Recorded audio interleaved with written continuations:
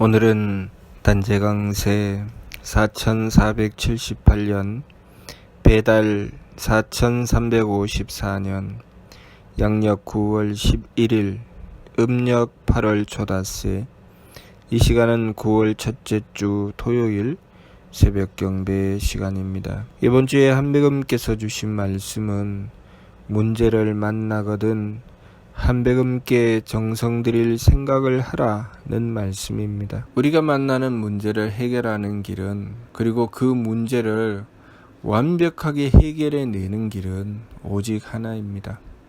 그것은 하느님의 덕과 지혜와 힘을 받드는 것입니다. 하느님께서는 그러한 뜻을 가지고 우리를 창조하셨고, 우리는 이 삶을 통해서 하느님의 덕과 지혜와 힘을 구하는 길을 향해서 부지런히 우리들 자신의 성명정을 갈고 닦는 것입니다. 우리의 성명정을 갈고 닦아야 하느님의 덕과 지혜와 힘을 받들 수가 있습니다. 하느님은 삼신이십니다. 조화주 한님, 교화주 한웅, 치화주 한검. 왜 하느님은 삼신이신가? 하느님께서 우리를 창조하셨으니 조화주 한님이시고, 하느님께서 하느님의 밝으신 지혜로 우리를 가르치시니 교화주 한웅이십니다. 그리고 하느님의 강력한 힘으로 우리를 주관하고 다스려 주시니 치화주 한검이신 것입니다. 신사기 교화기를 보면 하느님의 말씀을 우리에게 베풀어 주셨습니다. 그래서 교화주 한웅이라고 하는 것입니다. 우리는 하느님의 말씀을 교화주 한웅을 통해서 받들게 되었습니다. 교화주 한웅께서 하느님의 말씀을 전해주신 것이죠. 교화주 한웅께서 전해주신 그 말씀, 그 뜻, 그 이치는 하느님의 지혜입니다. 그래서 하느님의 말씀이라고 하는 것입니다. 그리고 치화주 한검께서 하느님의 힘으로 나라를 세우시고 전통을 드리워 우리 인간사 366사를 주관하고 다스려 주셨습니다. 그 힘은 하느님의 힘입니다. 그렇기 때문에 치화주 한검은 하느님의 힘을 베풀어 주관하셨다고 하는 것입니다. 우리 신리대전을 보면 신위, 신도, 신인, 신교 이렇게 말씀이 나옵니다. 하느님의 세 자리를 말씀해 주신 것이 신위입니다. 하느님의 자리죠. 그리고 하느님께서 어떻게 행하고 베푸시는지 가르쳐 주신 것이 신도입니다. 신도의 말씀은 하느님은 모습 없이 모습하시고 말씀 없이 말씀하시고 함이 없이 행하신다고 하셨습니다. 다시 말해서 무형으로 그 모습을 하신다는 것입니다. 하느님의 모습은 무형, 보이지 않는 모습으로 그 모습을 하신다는 것이죠. 그리고 하느님의 말씀은 무언으로 말씀하신다고 하셨습니다.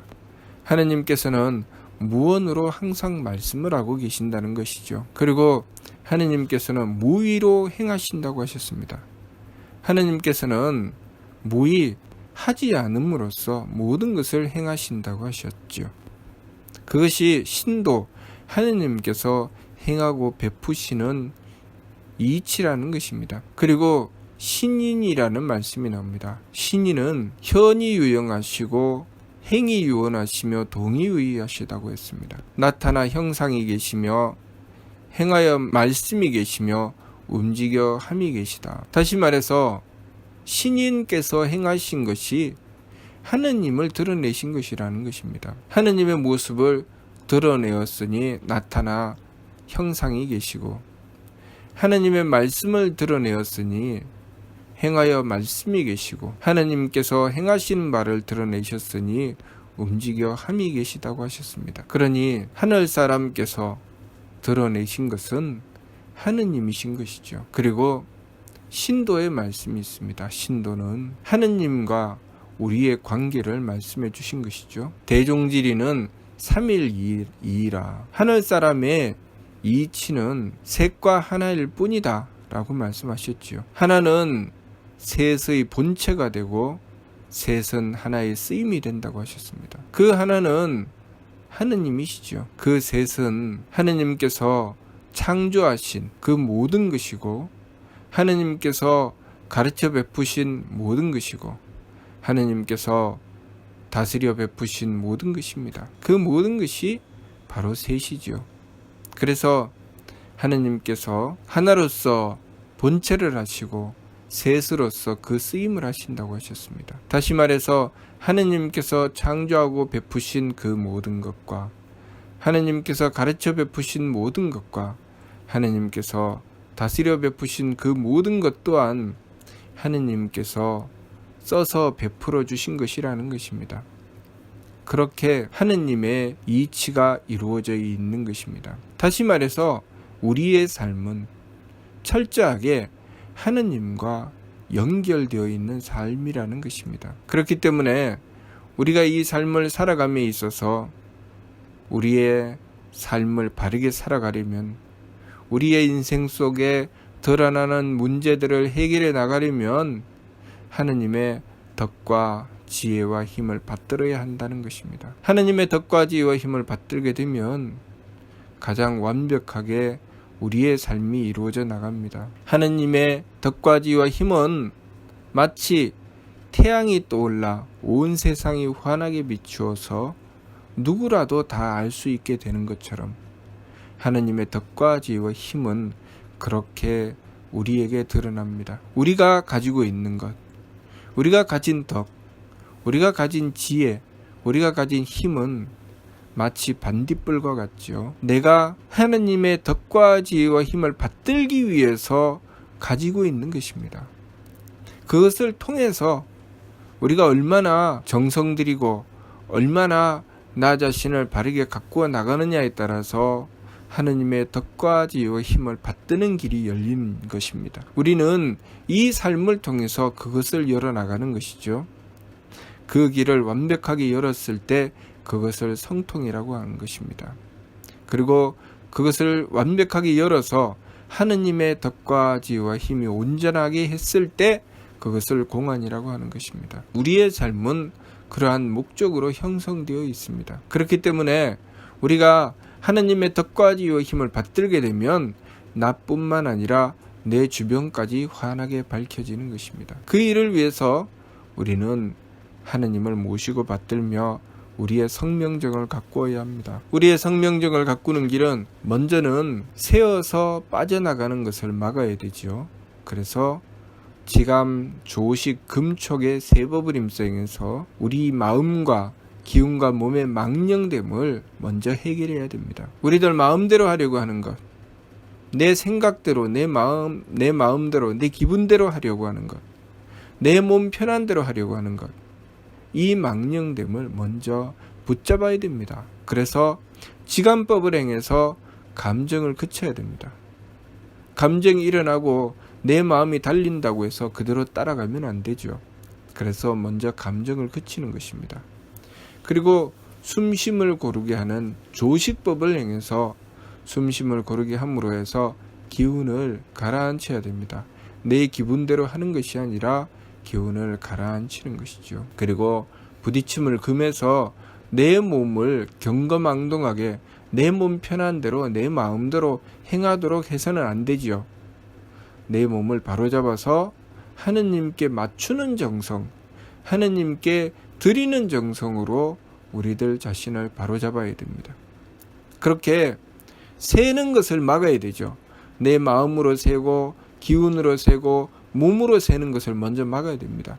그렇게 막고 나서 그 막은 곳에 하느님의 덕과 지혜와 힘을 구하는 것을 열어나가야 됩니다.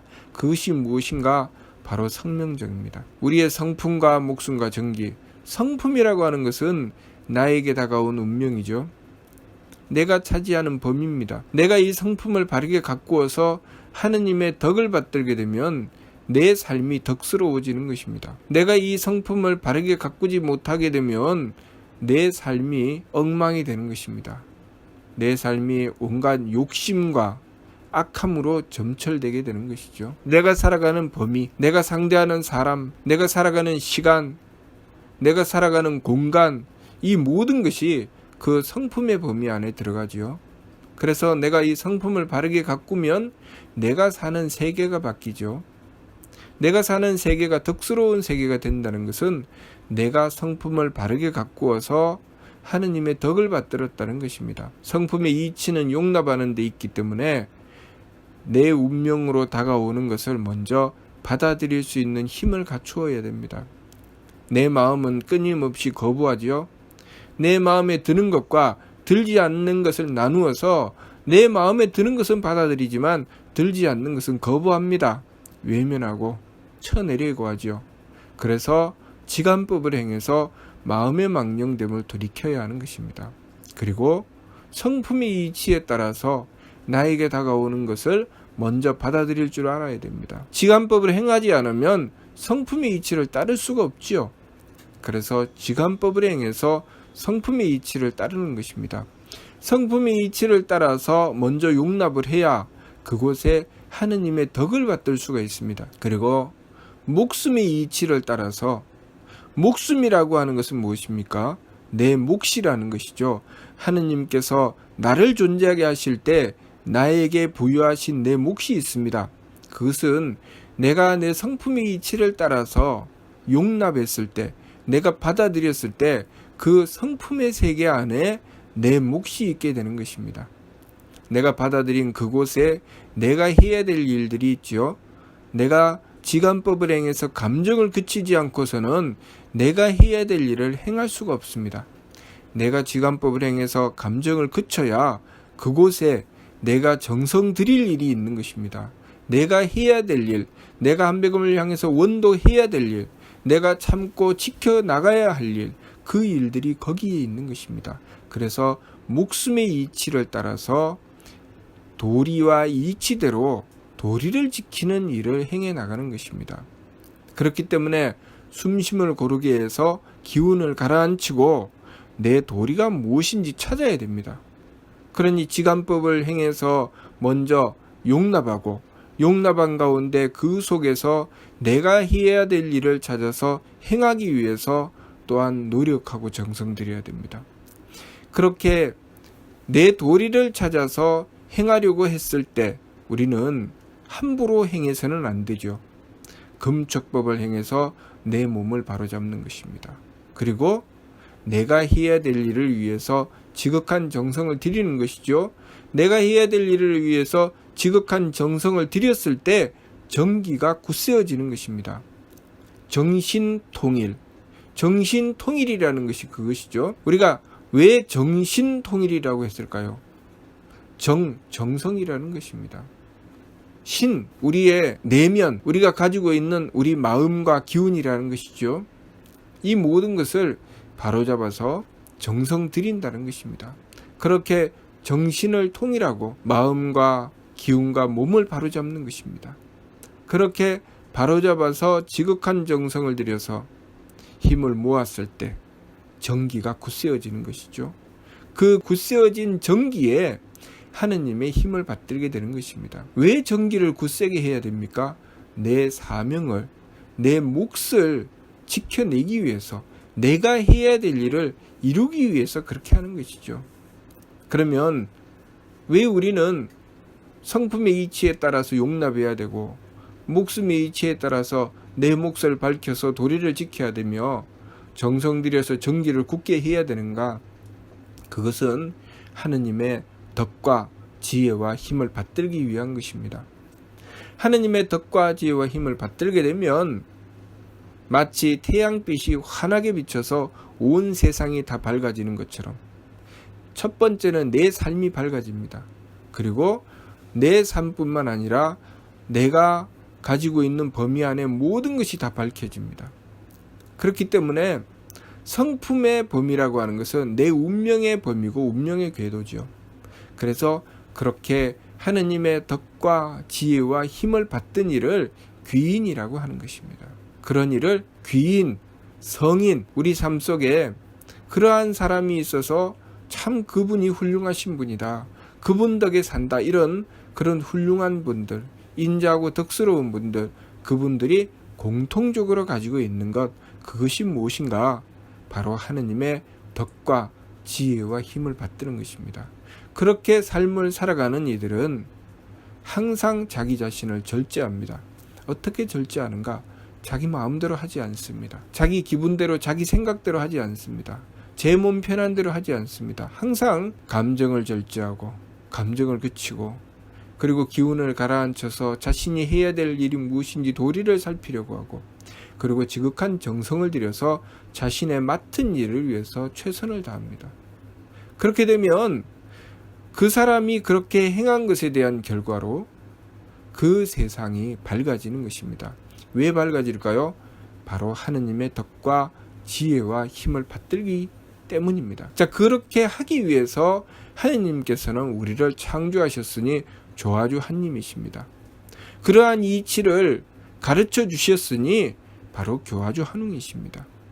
그리고 그 이치대로 실천하여 이루어내셨으니 치화주 한검이신 것입니다. 치화주 한검께서는 그렇게 성명정의 이치에 따라서, 성품의 이치에 따라 용납하고, 목숨의 이치에 따라서 사명을 밝히고, 정기의 이치에 따라서 하느님의 힘을 받들어 베풀어 주셨으니 하느님의 덕과 하느님의 지혜와 하느님의 힘이 밝혀져서 인간사 366사를 주관하고 다스려 주신 것입니다.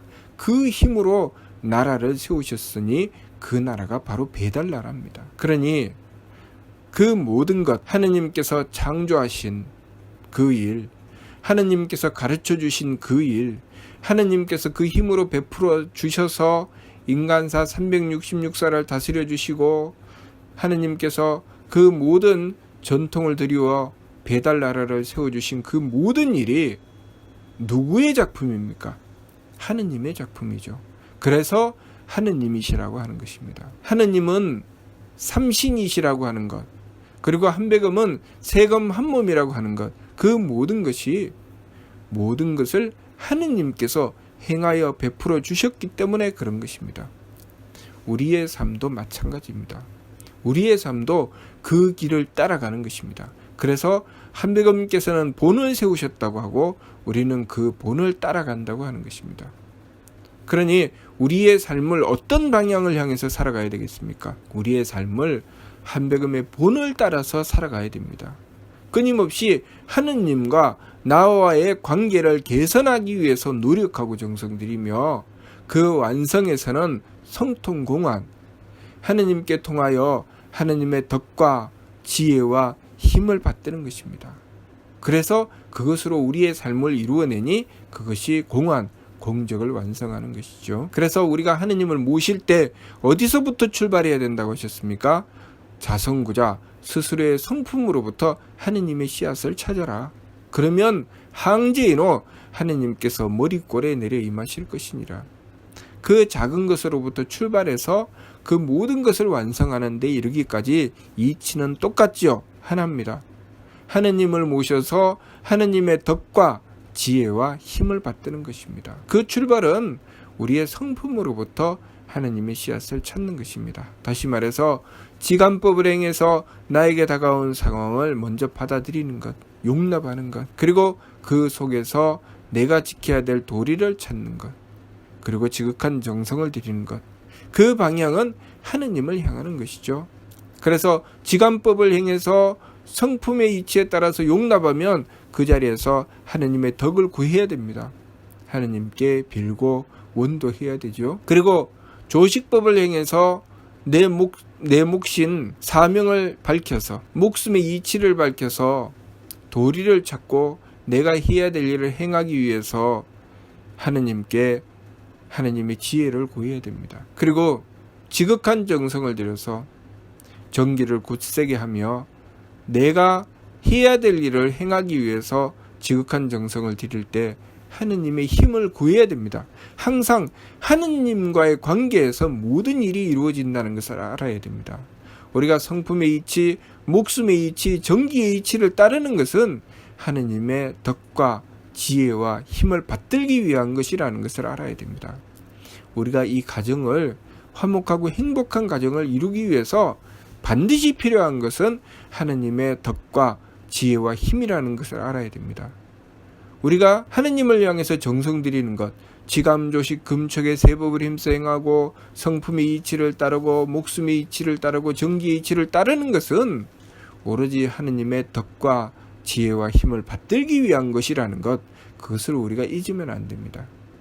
그래서 항상 세법을 힘써 행하고 오로지 일의 화행, 한결같은 뜻으로 정성 들여 나가는 것입니다. 무슨 뜻인지 이해가 됩니까? 마치도록 하겠습니다.